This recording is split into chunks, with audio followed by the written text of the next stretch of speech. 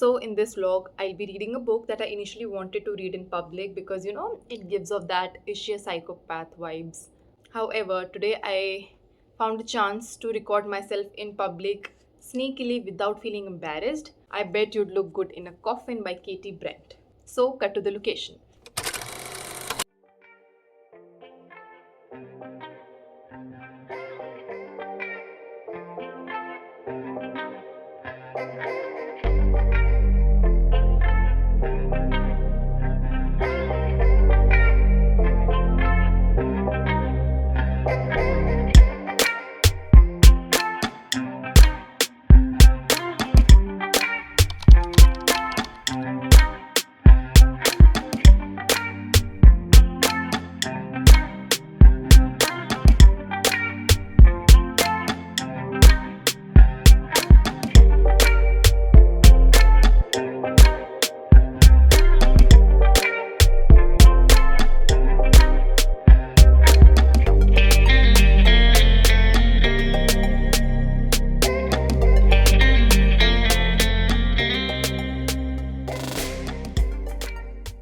Okay, so 32 pages in, and we follow our main character, Kitty, who's living with her boyfriend Charlie and is on a spell of murder sobriety. Basically, she's killed 11 men up until now, and now she's on a, break. Not break, but she's thinking of discontinuing her murderous rages. However, there's this one influencer, so called influencer on Instagram with 3 point something followers, who spreads machoism in the most extreme form and has master sex classes and how to control a girlfriend classes and stuff like that on Instagram. And however much Kitty wants to calm down and control her murderous rages, this man is making it absolutely impossible for her to do so. Also, this man is sort of anonymous. He uses a voice altering device and wears a bandana.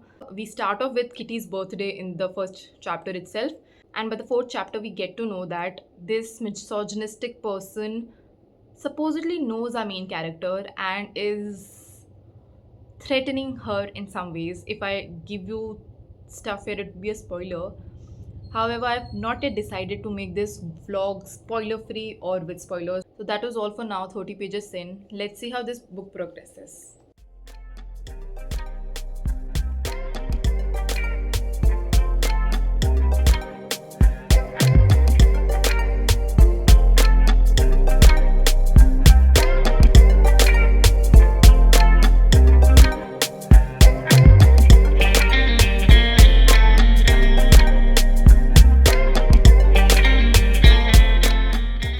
Day 2 of the reading vlog.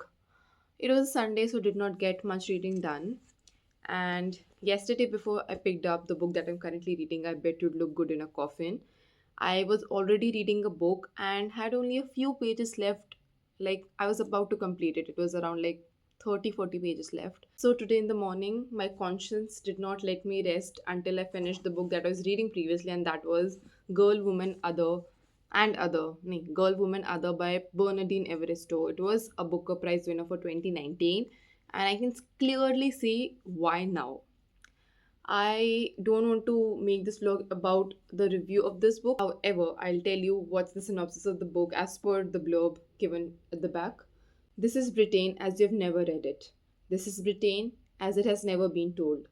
From the top of the country to the bottom, across more than a century of change and growth and struggle and life, Girl, Woman, Other follows 12 very different characters on an entwined journey of discovery. It is future, it is past, it is fiction, it is history, it is a novel about who we are now. I took my good time reading this book, and I somehow feel fulfilled now after reading this book. It was not a waste of time. So, yeah, back to the book that we were reading for this vlog, and that is I Bet You'd Look Good in a Coffin.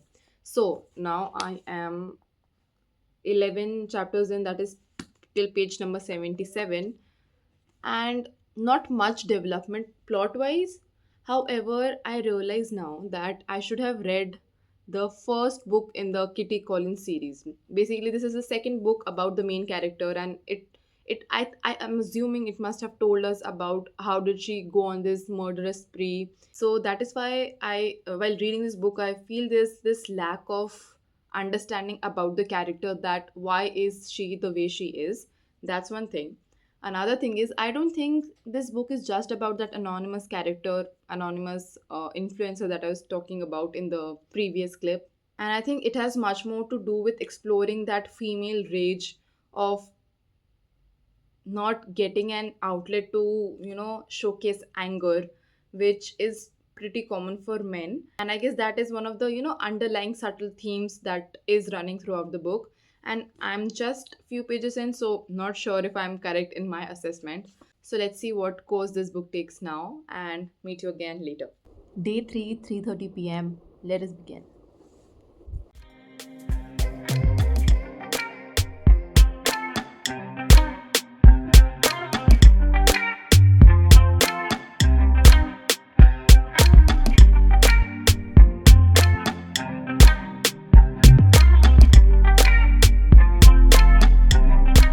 So, day 4 of the reading vlog, and yesterday I read a whooping 150 plus pages. I've finally gotten to the climax of the book. Haven't completed that yet. I have 50 pages left. I guess I'll be able to finish it today and update you today only. Okay, so what we had already established was that there's this anonymous influencer who sort of is threatening our main character, Kitty. And now Kitty and her boyfriend are traveling to France for her mother's wedding.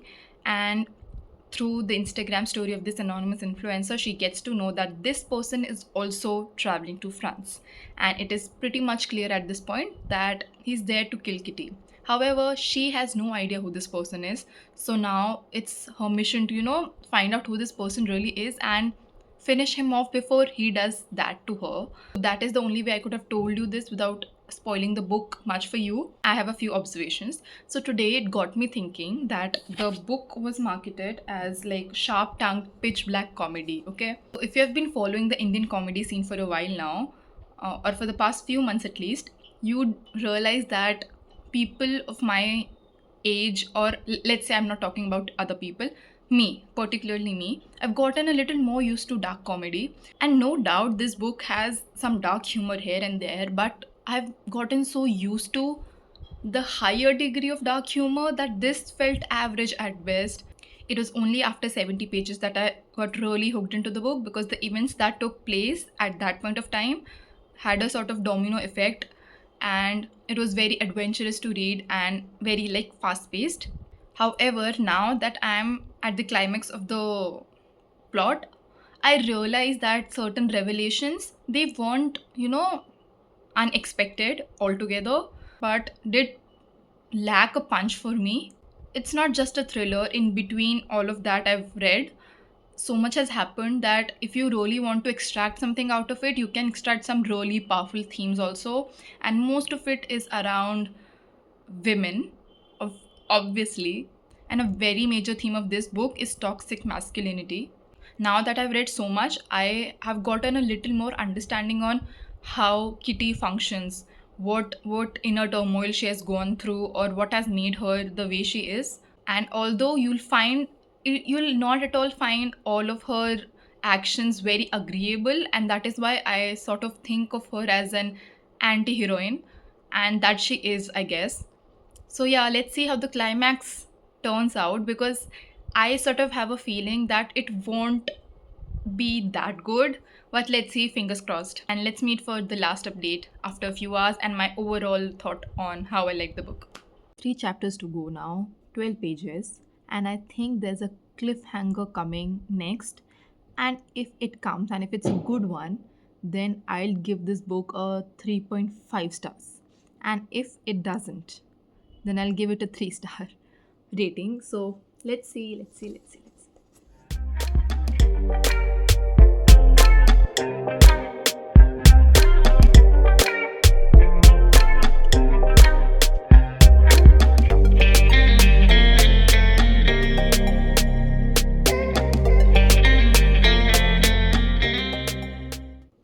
I have goosebumps for no apparent reason. There was nothing emotional here. There was maybe something shocking and traumatizing, but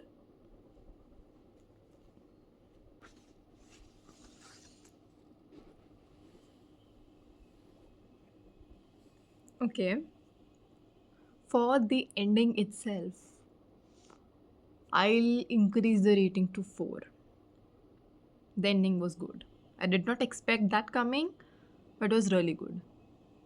Okay, so how do I organize my thoughts? Let's start talking about the genre of the book.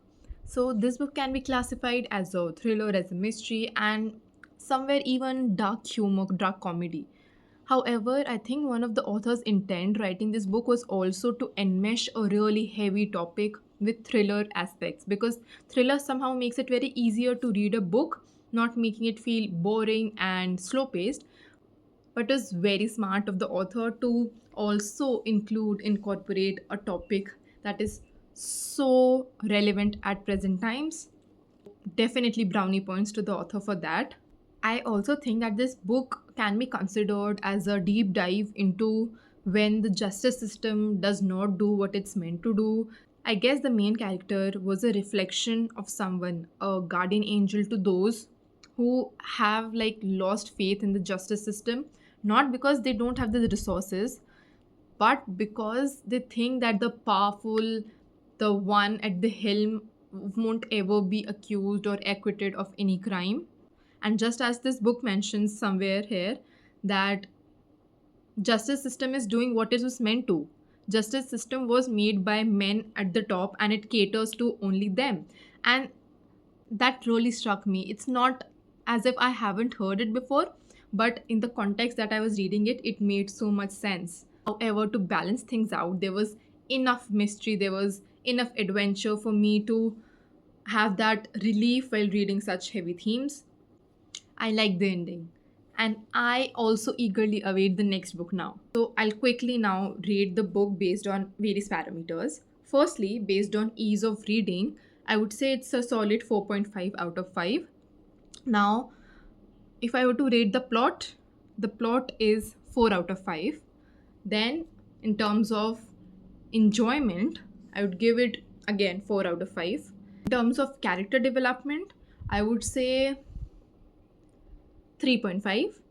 You should definitely read it if you want your thrillers to have certain substance in it, but also enjoy a story about an anti heroine, one who takes matters into her own hands because she knows no one else will, and her actions are very, very questionable. But it's not as if she's plain black and white. We also see a growth in her personality, in her character. There's a good character development of the main character. So, if you're looking to pick a book that is fast paced but also has some content, some depth, certain humorous elements, then I think you should pick this book up. But also keep in mind that there might be certain triggering themes here. So just check that first and then go into the book. My overall reading experience was on a scale of 10, a solid 8.